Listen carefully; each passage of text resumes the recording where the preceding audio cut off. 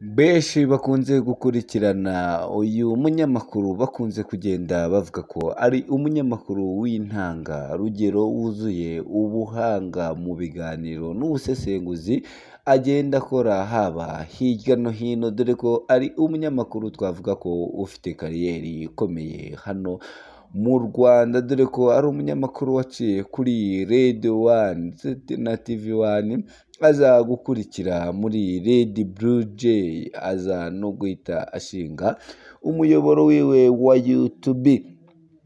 Uwo nta wundi ni umunyamakurukazi witwa Yvette Abayo Sandrine, ukunze kugenda agarukaho mu gusobanura amazina ndetse n'ibindi byegeranyo byiwe by'ubwenge cyane.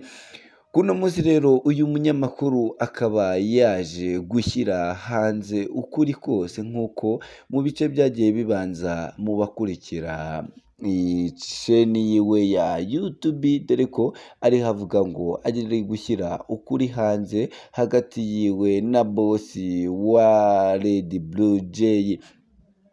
Mu makuru rero atahiwe, uyu munyamakuru akaba yaje gushyira ukuri hanze, dore ko yavuze ko hari umukobwa bosi wa Red Blue Jay yaje gufata ku ngufu, ariko Sandrine akagenda abijyamo, dore ko uyu mukobwa ngo yaje kubigira ibanga. Yvette Abayo Sandrine ibi ngibi yabivuze, dore ko nyuma yaho uyu munyamakuru yavuze ko ari kugenda ashyira ukuri hanze kugira ngo abantu bagende bamenya byinshi, ndetse ko yaba ngo ari no gukorerwa akarengane. Rero dukurikije kuri uyu wa 14 Juni 2023 isaha ya saa 3:48, nyuma y'amakuru Abayo Yvette Sandrine yashyize hanze avuga ko ari igice cye cya kabiri cy'inkuru y'ubuhemu yakorewe na Jackson Dushimimana wahoze ari umukoresha we ku rubuga rwa Twitter, habaye inama nini cyane aho ba nyiri ubwite batandukanye bavugwa muri iyi nkuru bagiye baza bakavuga ibyabo.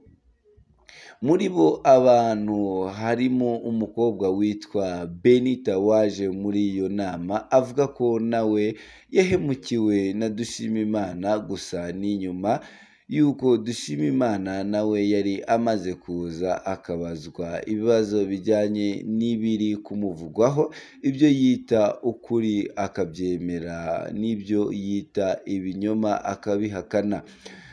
Gusa muri ibyo byinshi ntago yabihurijeho n'ibitwa ko bahoze ari abakozi biwe.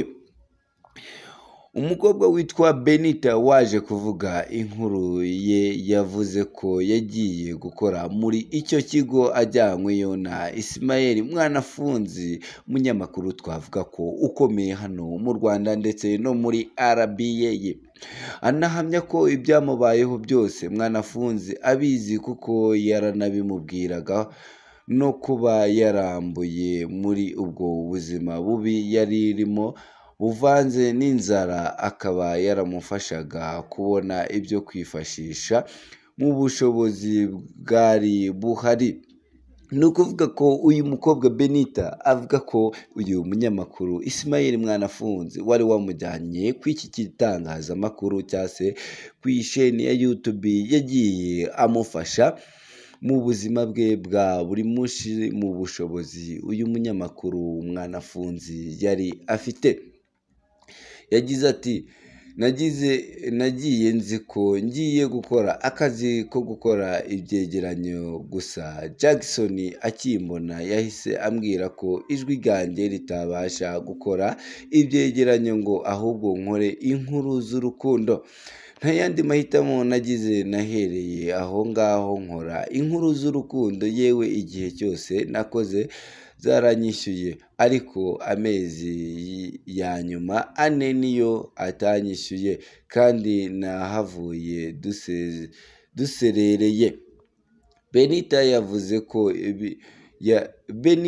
yavuze ko bijya gutangira Dushimimana yababwiye ko agiye kubanza kubaka inzu ye akazabahemba irangiye kuko aho bakoreraga bari kumwaka ikode, ahitamo kujya kubaka aho yabaga ngo abe ari naho bakorera. Kuva icyo gihe ngo baramwemereye, ariko kubaka bisa n'ibirangiye nibwo batangiye kumwishyuza.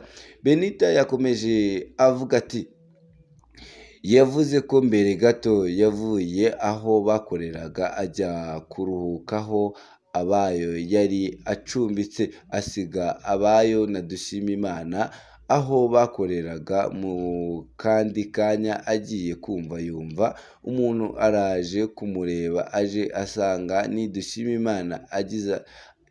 Yagize ati nkibona ari we uje nahise ntangira kumubaza aho asize Sandrine, atangira kumbwira ngo aje kusaba imbabazi z'uburyo yasubije inyuma nje gukora ibyegeranyo akampa gukora inkuru z'urukundo.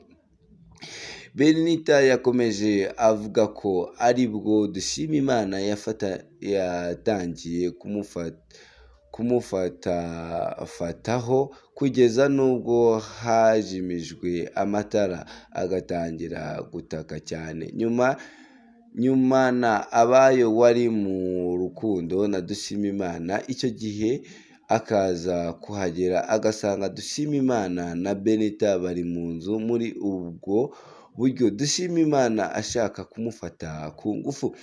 Benita yavuze ko ngo Abayo yahise amwihanganisha akajya amubwira ati ubundi se ni ubwa mbere bagukorakora ku ibere, amusaba ko babigira ibanga.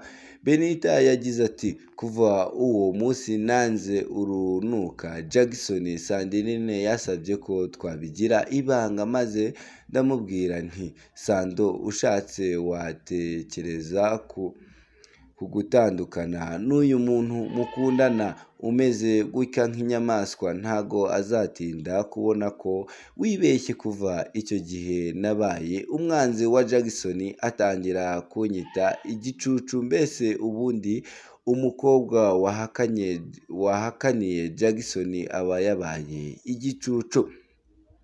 Yakomeje agira ati ariko njye nari igicucu gikuru, naratambukaga. Ati igicucu kiratambutse. Kuri iyi nama yabereye kuri Twitter, Dushimimana yavuze ko abereyemo Benita amafaranga y'ukwezi n'igice kandi akaba yiteguye kuyamwishyura vuba, mu gihe Benita avuga ko ari amezi 4. Dushimimana kandi yavuze ko ari we wakatiye Abayo bagatandukana, mu gihe Abayo avuga ko ari we wakatiye Dushimimana nyuma yo gusanga afite umugore. Benita yavuze ko ajya gutandukana na Dushimimana ari uko ngo yamubwiye ko atazamuhemba inkuru yakoze, kuko muri iki kinyejana turimo nta muntu ucyumva inkuru z'urukundo. We n'abo bazikoranaga akabasaba gufata izo atarashyira kuri sheni ye bakazijyana ku mashene yabo. Twavuga ko rero ari episode zikomeje kugenda zitambuka hirya no hino, dore ko uyu Abayo yaba ari gushyira ukuri hanze hagati yiwe ndetse n'uwahoze ari boss wiwe hano muri Red Blue Jay. Twavuga ko ari sinema zikomeje